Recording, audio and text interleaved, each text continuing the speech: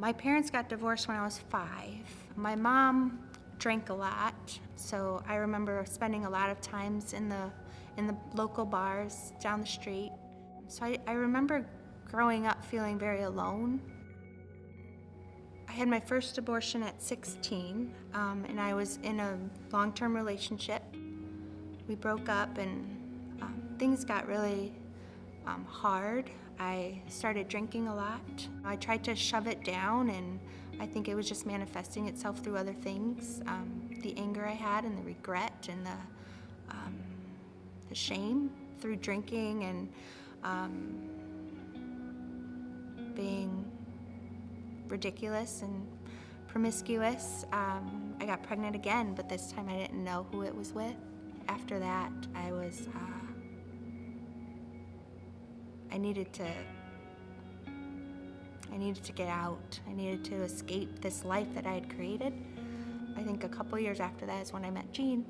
We were met in June, engaged in November, married in March. Gene and I got pregnant very early on, and we lost the baby. That was so hard for me because in my mind it was all my fault. It was a culmination of everything I had done, and that I was being punished. But I couldn't tell Gene why I was so upset. And then shortly after that, we got pregnant again. And so Mackenzie was born. She was 3 pounds, 1 ounce. And I remember the first couple days, like in the NICU, just crying because now I have this baby who's here, but she's suffering. She had wires and she couldn't breathe on her own. And I think for the first time, that's really when I dropped to my knees. Okay, maybe this will work. And it did. By the time Mackenzie was 3, she had no concerns whatsoever. So I started coming to CedarCreek because I wanted my daughter to have a relationship with Christ. I did not know Jesus when I walked through the doors. I was in fact terrified of Jesus. I didn't think that based on what I did, that he could ever love me. People would tell me oh, you're always so happy, and it would kill me hearing that, because the thought that went in my mind was, if you only knew, because I had put on such a mask and it wasn't like that in the inside. It was horrible. I don't know how much time had lapsed. I know Barb Bruce was talking. I remember kind of sitting towards the edge of my seat and really paying attention and maybe I can be forgiven too.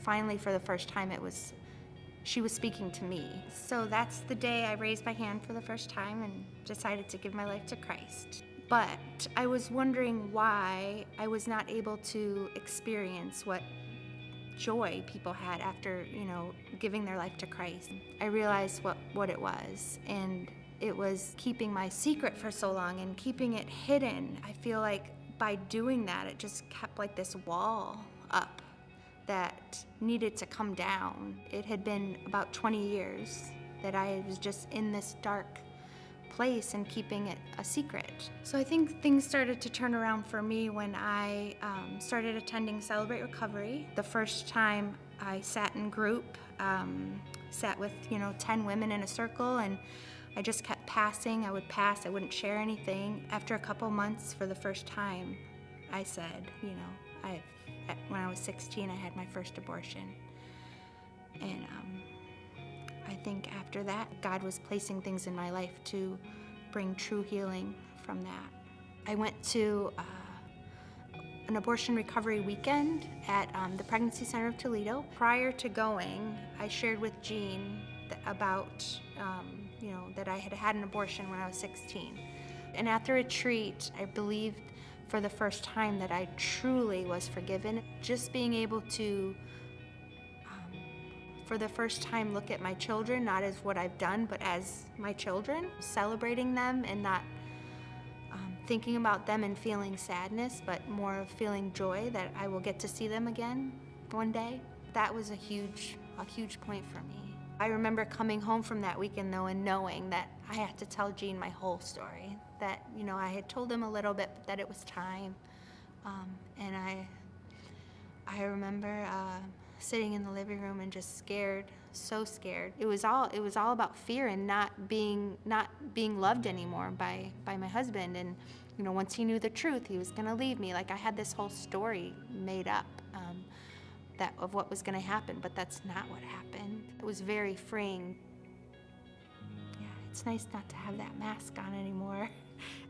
After I started telling my story and things got out, I got pregnant, and which Gene and I thought we were done having children, right? I was through God's grace had this beautiful daughter, which I never thought I was going to be able to have children, but yet I had Mackenzie, and then 11 years later, here comes little Luke.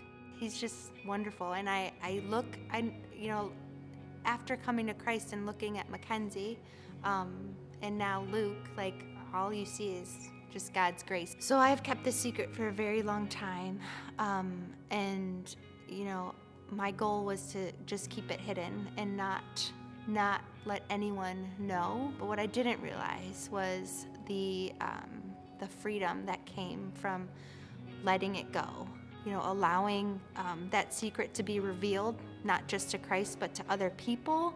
I think that's truly when the true freedom came, because I didn't have to hide from people. They could know the real me, and I didn't have to hide behind this mask anymore. Knowing that, that's why Christ died for us, is so we can give him our sin, we can give him our burdens, and we don't have to be in darkness anymore. And the freedom that came from that is something I never thought I'd have.